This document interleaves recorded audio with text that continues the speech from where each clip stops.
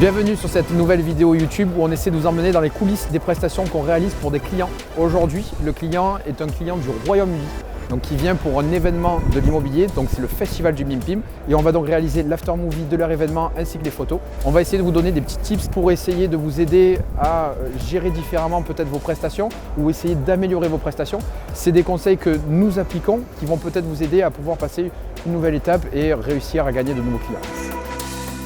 Aujourd'hui, donc, on va utiliser principalement un tripode et un monopode. Le tripode va servir surtout pour la partie interview.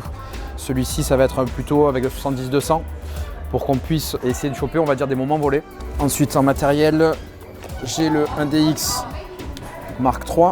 Ok, donc celui-là va vraiment servir surtout au 70-200 pour pouvoir réaliser du slow motion. Et ensuite, en deuxième boîtier, qu'on mettra donc sur le Ronin. Donc on aura le 5D avec le 24-70 de chez Tamron, j'ai pas pris celui de chez Canon.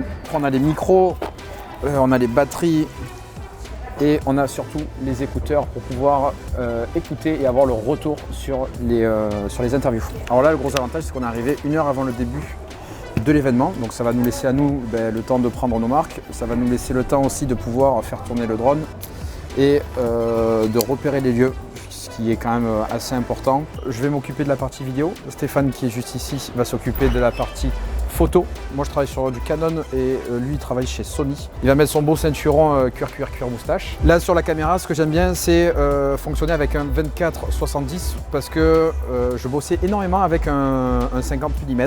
Là, l'avantage, c'est que je vais pouvoir passer du grand angle à un angle un peu plus serré. Je vais pouvoir faire des mouvements beaucoup plus fluides avec un seul et même objectif. Pour la photo, pareil, Steph, qu'est-ce que tu as ?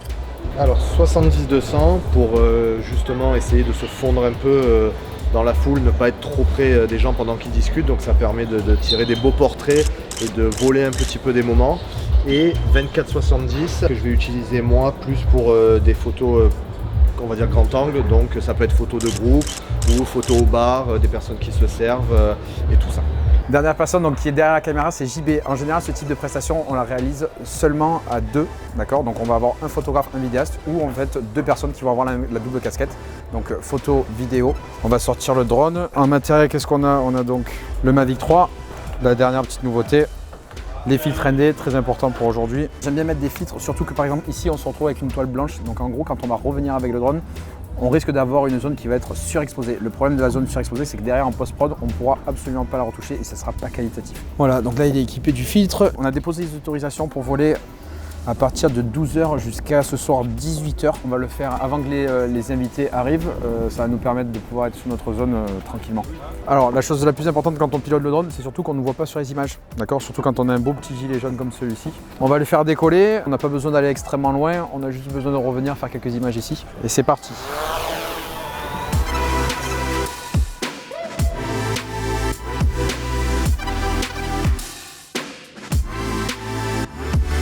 Drone terminé. Alors là, ce qu'on va faire, c'est juste qu'on va ranger le matériel.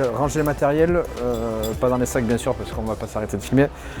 On va juste le placer derrière pour pas qu'il se voit, ni qu'il se voit la vidéo, ni qu'il se voit pour le client. Là, ce qu'on va faire, c'est que les invités vont arriver. On va aller se placer juste à l'entrée pour pouvoir réaliser les premiers portraits, les premiers moments où les gens récupèrent leur badge, etc., etc.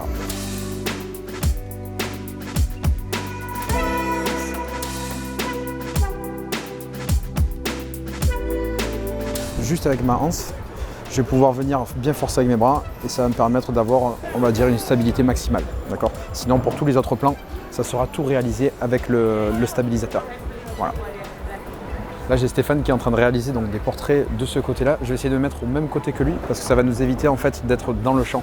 Donc c'est très important souvent de se mettre en accord, même parce que des fois on peut arriver sur des prestations où on ne connaît pas forcément le photographe ou l'autre personne. Je trouve ça important de se présenter, d'aller le voir, de créer, on va dire, un contact.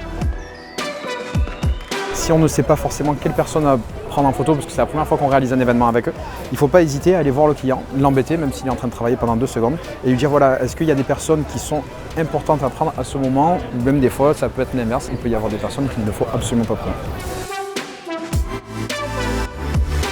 Quand on filme avec un stabilisateur, il faut éviter, on va dire, tout tremblement. Il va falloir être vraiment le plus souple avec les bras, essayer de travailler un petit peu son bibi. Voilà, dédicace à Thibaut Shape. Et on va dire venir essayer d'amortir au maximum les coups que pourrait sentir la caméra. Personnellement, je vais venir un petit peu plus me recroqueviller pour essayer d'amortir au maximum les chocs. Et en fait, venir soutenir à deux mains et venir essayer de masquer avec des petits pas.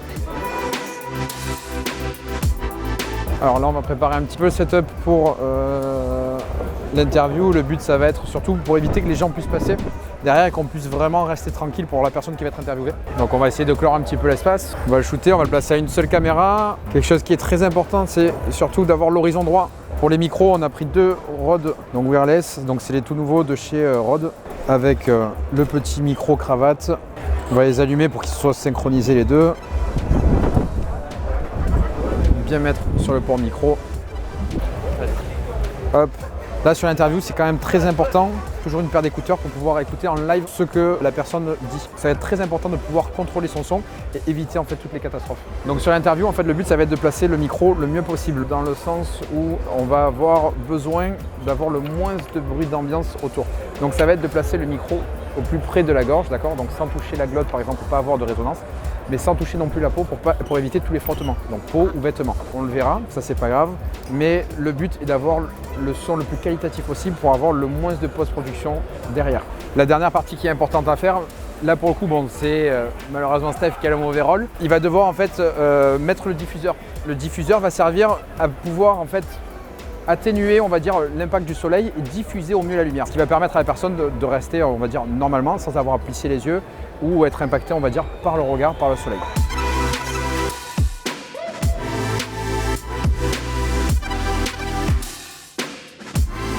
Merci à tous d'avoir regardé la vidéo jusqu'à la fin. On espère que vous avez pu apprendre quelques petits tips. On espère que le contenu vous a plu. On vous laisse en description les réseaux sociaux. On va aller ranger le matériel, on va aller remercier le client et lui dire au revoir. N'hésitez pas à venir voir la vidéo de l'événement, la vidéo que nous avons réalisée. N'hésitez pas à la regarder et à bientôt.